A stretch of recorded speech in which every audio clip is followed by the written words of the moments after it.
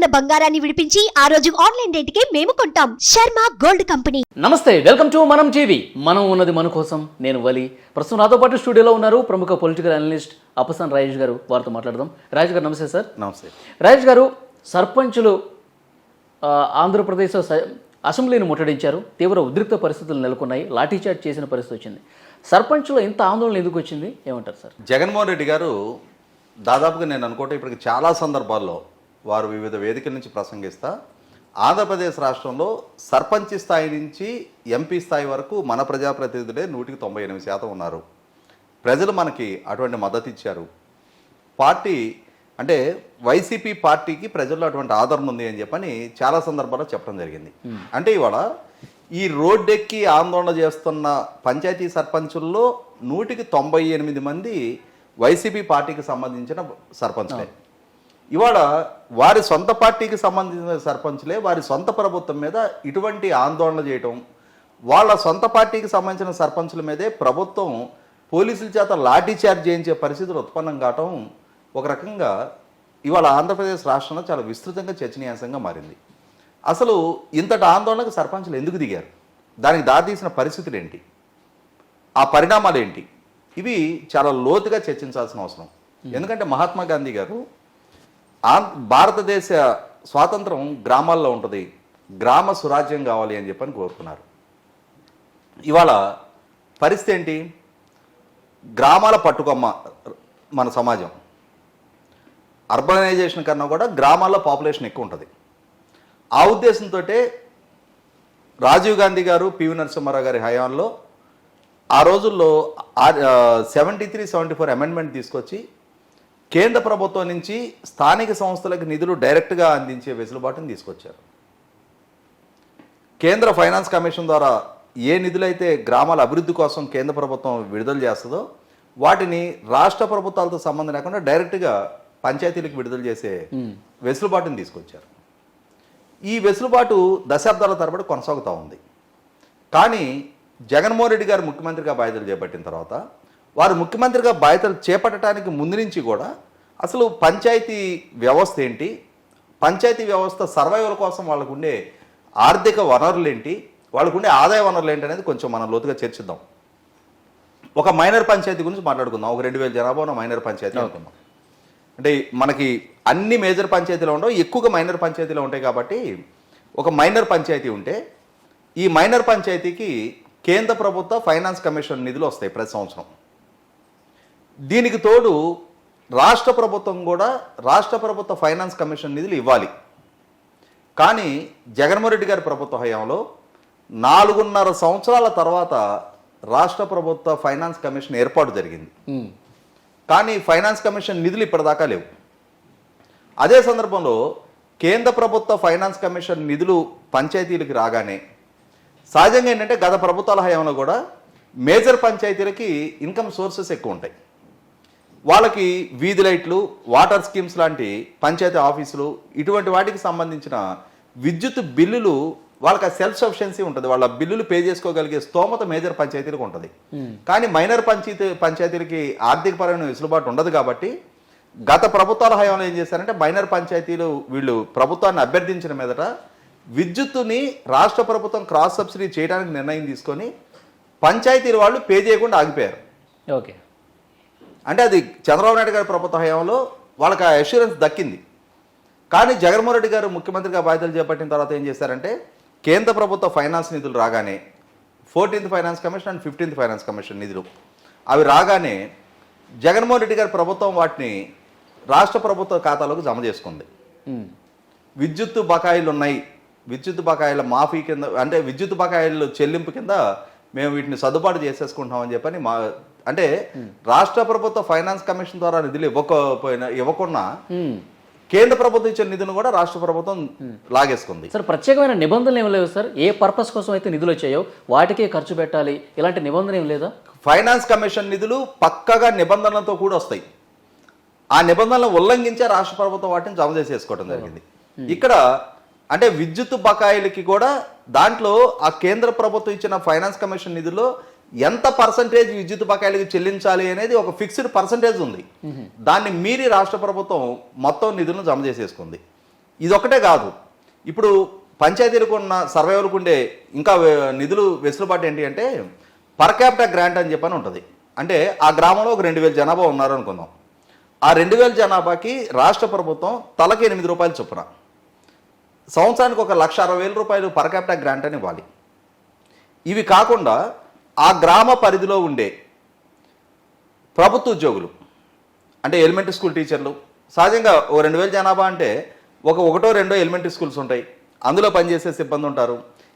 ఇప్పుడు కొత్తగా వచ్చిన గ్రామ సచివాలయ వ్యవస్థ ఉంది, అంతకుముందు పంచాయతీ సెక్రటరీ, విఆర్ఓ, విఆర్ఏలు, ఆశా వర్కర్లు, అట్లాగే వెటర్నరీ అసిస్టెంట్ ఉంటారు, ఎలక్ట్రిసిటీ లైన్ మెన్ ఉంటారు, ఒక లైబ్రరీ ఉంటే లైబ్రరీని ఉంటాడు, హై స్కూల్ ఉంటే హై స్కూల్లో సిబ్బంది ఉంటారు, పిహెచ్సి లాంటివి ఉంటే అందులో పనిచేసే సిబ్బంది ఉంటారు. ఇట్లాంటి ఈ ప్రభుత్వ విభాగాల్లో పనిచేసే అగ్రికల్చర్ అసిస్టెంట్ ఉంటారు, తర్వాత కోఆపరేటివ్ సొసైటీ పెయిడ్ సెక్రటరీస్ ఉంటారు. ఇటువంటి ప్రభుత్వ ఉద్యోగులుగా పనిచేసే వాళ్ళ దగ్గర నుంచి సర్వీస్ ఛార్జ్ వసూలు చేస్తారు. ప్రొఫెషనల్ ట్యాక్స్, వృత్తి పన్ను, ఆ వృత్తి పన్ను వసూలు చేసిన దాంట్లో 25% రాష్ట్ర ప్రభుత్వం జమ చేసుకుంటుంది, 75% ఏ గ్రామ పరిధిలో అయితే పనిచేస్తున్నారో ఆ పంచాయతీకి జమ చేయాలి. ఈ 4 సంవత్సరాల 8 నెలలుగా జగన్మోహన్ రెడ్డి గారి ప్రభుత్వ హయాంలో ఇప్పటి వరకు అసలు దాన్ని ఊసే లేదు. ఉద్యోగుల దగ్గర నుంచి కలెక్ట్ చేసుకుంటున్నారు, పంచాయతీలకు జమ అవ్వట్ల. పంచాయతీలకు ఏతావాత ఉన్న ఇన్కమ్ సోర్స్ మిగిలిపోయింది ఏంటి అంటే ఇప్పుడు ఆ గ్రామ పరిధిలో ఉండే ఇళ్ల పన్నులు, తర్వాత కమర్షియల్ ట్యాక్సెస్ ఉంటాయి. అంటే ఆ గ్రామంలో ఏదైనా సెలూన్లు, కాఫీ హోటళ్ళు, కిరాణా షాపులు, ఫర్టిలైజర్ షాపులు, ఇటువంటి ఏదైనా ఉన్నప్పుడు వాళ్ళ దగ్గర నుంచి కమర్షియల్ ట్యాక్స్ వసూలు చేసుకుంటారు. ఇవి జనరల్ ఫండ్స్ అంటారు. ఇవి కాకుండా రిజిస్ట్రేషన్ సెస్ వస్తుంది. అంటే ఆ గ్రామ రెవెన్యూ పరిధిలో కనుక రిజిస్ట్రేషన్ జరిగితే ఆ రిజిస్ట్రేషన్ డిపార్ట్మెంట్ నుంచి కొంత గ్రామ స్థానిక సంస్థలకి సెస్ వస్తుంది. ఇవి తప్పించి ఈ రెండే మిగిలినవి. ఇప్పుడు ఇంకా మిగిలిన ఇన్కమ్ సోర్సెస్ అన్నీ ఎగ్జాస్ట్ అయిపోయినాయి. ఈ ఎగ్జాస్ట్ అవ్వగా ప్రభుత్వం వాళ్ళ మీద మోపిన అదనపు భారాలు ఏంటి అంటే ఇప్పుడు గ్రామ సచివాలయ వ్యవస్థను తీసుకొచ్చారు. మొదట్లో ఏం చెప్పారు, వాలంటీర్ వ్యవస్థ, గ్రామ సచివాలయ వ్యవస్థ పంచాయతీ సర్పంచ్కి రిపోర్ట్ చేస్తారు, పంచాయతీ సర్పంచ్ ఆధ్వర్యంలో పనిచేస్తారని చెప్పారు. కానీ తర్వాత రోజుల్లో వాలంటీర్ వ్యవస్థ పంచాయతీ సర్పంచ్కి అటాచ్డ్గా పెట్టాల, ఆయనకి రిపోర్ట్ చేసే అధికారం లేదు. ఇవాళ పంచాయతీ సర్పంచ్ని అసలు నామమాత్రం పరిగణలోకి కూడా తీసుకోవట్లే వాలంటీర్లు. అదే సందర్భంలో గ్రామ సచివాలయ వ్యవస్థ ఉంది. ఈ గ్రామ సచివాలయ వ్యవస్థకి ఏం చేశారు, వాటి మెయింటెనెన్స్ ఇప్పుడు అన్నిటి సొంత భవనాలు లేవు, అద్దె భవనాల్లో ఉన్నాయి. అద్దె భవనాలకు రెంట్ ఎవరు పే చేయాలి? వ్యవస్థ ఏర్పాటు చేశారు, వాటికి రెంట్లు ఇవ్వాలి కదా ప్రభుత్వం. పంచాయతీలకు అటాచ్ చేశారు. అవి అన్నిటికన్నా ముఖ్యంగా ఇప్పుడు ఆ సిబ్బందికి స్టేషనరీ, ఇంటర్నెట్, ఇటువంటి ఈ రెగ్యులర్ మెయింటెనెన్స్ ఖర్చులు పంచాయతీ నుంచి వసూలు చేస్తున్నారు. అంటే పంచాయతీకి అదనపు ఆర్థిక వనరులు కల్పించకపోగా అదనపు భారాన్ని మోపారు. ఈ అదనపు భారాన్ని మోపిన నేపథ్యంలో ఇవాళ పంచాయతీలకు ఇవన్నీ ఒక గుదిబండగా మారిపోయినాయి.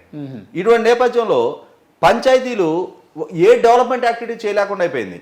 ఇంతకుముందు ఎట్లా ఉండేది, ఫైనాన్స్ కమిషన్ నిధులు వచ్చాయి, ఆ ఫైనాన్స్ కమిషన్ నిధులతో ఎన్ఆర్జీసీ మ్యాచింగ్ గ్రాంట్ పెట్టుకొని ఒక రోడ్ వేసేయటం, లేదంటే సైడ్ డ్రైన్స్ నిర్మాణం చేసుకోవటం, అక్కడ ఉన్న వాటర్ స్కీమ్కి ఏదైనా మెయింటెనెన్స్ అవసరమైనా, లేదు ఆ గ్రామంలో ప్రజల నుంచి ఏదైనా రిక్వైర్మెంట్, మాకు ఇది మా గల్లీ పంచాయతీలో చేరుస్తాం, మాకు రోడ్డు ఏమని అడిగినా, ఇటువంటి వాటిని చేయడానికి పంచాయతీ సర్పంచులకు వెసులుబాటు ఉండేది. ఇప్పుడు ప్రజల దగ్గర ఒక నిస్సహాయులుగా మిగిలిపోయారు వాళ్ళు. ఈ నేపథ్యంలో ఏంటి, ఖచ్చితంగా వాళ్ళు అంటే కేంద్ర ప్రభుత్వం నుంచి వచ్చిన నిధులు రాష్ట్ర ప్రభుత్వం తీసేసుకుంది, పైగా రాష్ట్ర ప్రభుత్వం నుంచి ఇవ్వాల్సిన నిధులు ఇవ్వట్లా, ప్రొఫెషనల్ ట్యాక్స్ లాంటివి జమ చేయటల్లా, ఇంకా ఆర్థిక వనరులు లేకుండా సర్పంచ్ గెలిచి ఏం చేయాలి? ఖచ్చితంగా ఆ గ్రామంలో ఉన్న ప్రజలకి ఇవన్నీ తెలియదు కదా. వాళ్ళు ఏమడుగుతారు, సర్పంచ్ బయట రాగానే మా గల్లీలో లైట్ వెలగట్లేదయ్యా, కొద్దిగా చేంజ్ పెట్టి అంటారు. ఇవాళ వీధి లైట్ మార్చలేని స్థితిలో పంచాయతీ సర్పంచులు పడిపోయారు.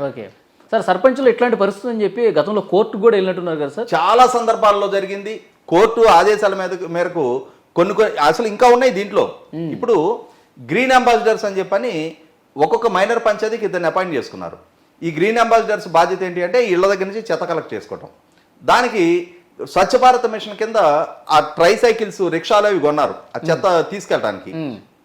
స్వచ్ఛ భారత్ మిషన్ నుంచి అంతవరకు వచ్చినాయి. ఈ గ్రీన్ అంబాసిడర్లకు ఒక్కొక్కడికి 6,000 రూపాయలు జీతం ఫిక్స్ చేశారు. అంటే నెలకు 12,000, సంవత్సరానికి 1,44,000. అవి కూడా ఇప్పుడు పంచాయతీల నుంచి ఇవ్వాలి. ఎక్కడి నుంచి ఇస్తుంది పంచాయతీ? ఇవాళ వాళ్ళకున్న ఆర్థిక వనరులు ఎగ్జాస్ట్ అయిపోయి ఇవాళ ఆఖరికి పంచాయతీ సెక్రటరీకి తోడు ఒక స్వీపర్ ఉంటాడు, నెలకు ఒక 2,000, 3,000 ఇస్తారు స్వీపర్కి. ఆ స్వీపర్కి కూడా 6 నెలల పాటు జీతాలు పెండింగ్ ఉండిపోతున్నాయి. ఇప్పుడు నేను గ్రామ ప్రాంతాల నుంచి వచ్చా కదా, నాకు తెలుసు అక్కడ పరిస్థితులు ఏంటనేది. అందులో స్థానిక సంస్థలతోటి నాకు సుదీర్ఘ అనుభవం ఉంది. చాలా స్పష్టంగా చెప్తున్నా, ఇవాళ పంచాయతీ సర్పంచీలు జగన్మోహన్ రెడ్డి గారి పార్టీకి సంబంధించిన సర్పంచులు కూడా ఇవాళ వాళ్ళ గ్రామస్తుల దగ్గర ఎవరైతే వాళ్ళ పట్ల నమ్మకంతో వాళ్ళు కోట్లేసి గెలిపించిన ప్రజలు ఉన్నారో ఆ ప్రజలను చూసి వీళ్ళు ఏమడుగుతారా, నేను ఏం సమాధానం చెప్పలేకపోతున్నానే, పరిష్కరించలేకపోతున్నానే అని చెప్పని ఒక నిస్సహాయ స్థితిలో పడిపోతున్నారు వాళ్ళు. ఈ రోజు మనల్ని ఎవరు పలకరేకుండా ఉంటే చాలు అనుకునే పరిస్థితులు అనమాట.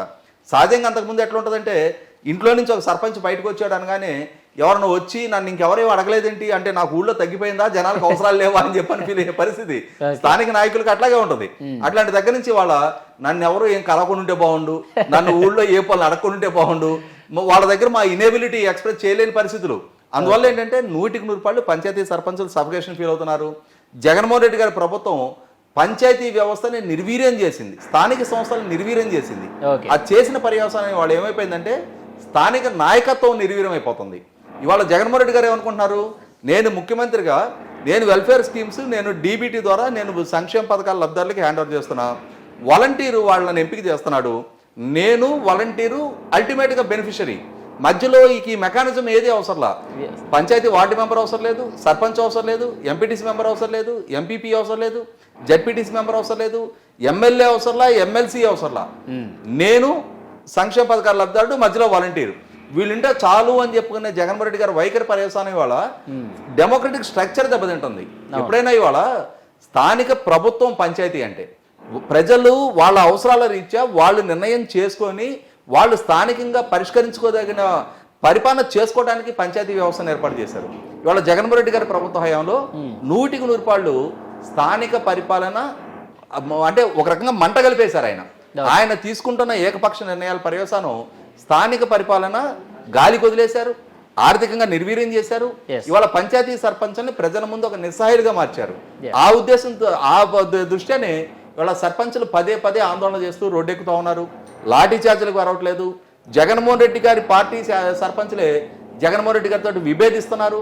ఇది 100% రాబోతున్న ఎన్నికల ముందు జగన్మోహన్ రెడ్డి గారికి వాళ్ళ పార్టీ స్థానిక నాయకుల నుంచి ఎదురవుతున్న ఈ వ్యతిరేకత ఖచ్చితంగా రేపు ఆయనకి చాలా ఖరీదైన మూల్యం చెల్లించుకోవడం ఖాయం. చూద్దాం సార్, అసెంబ్లీ దగ్గర అయితే ఉద్రిక్త వాతావరణం ఇంకా కొనసాగుతున్నట్టుగా తెలుస్తుంది. భవిష్యత్ పరిణామాలు ఇంకెలా ఉంటాయో కూడా చూద్దాం. Thank you very much sir.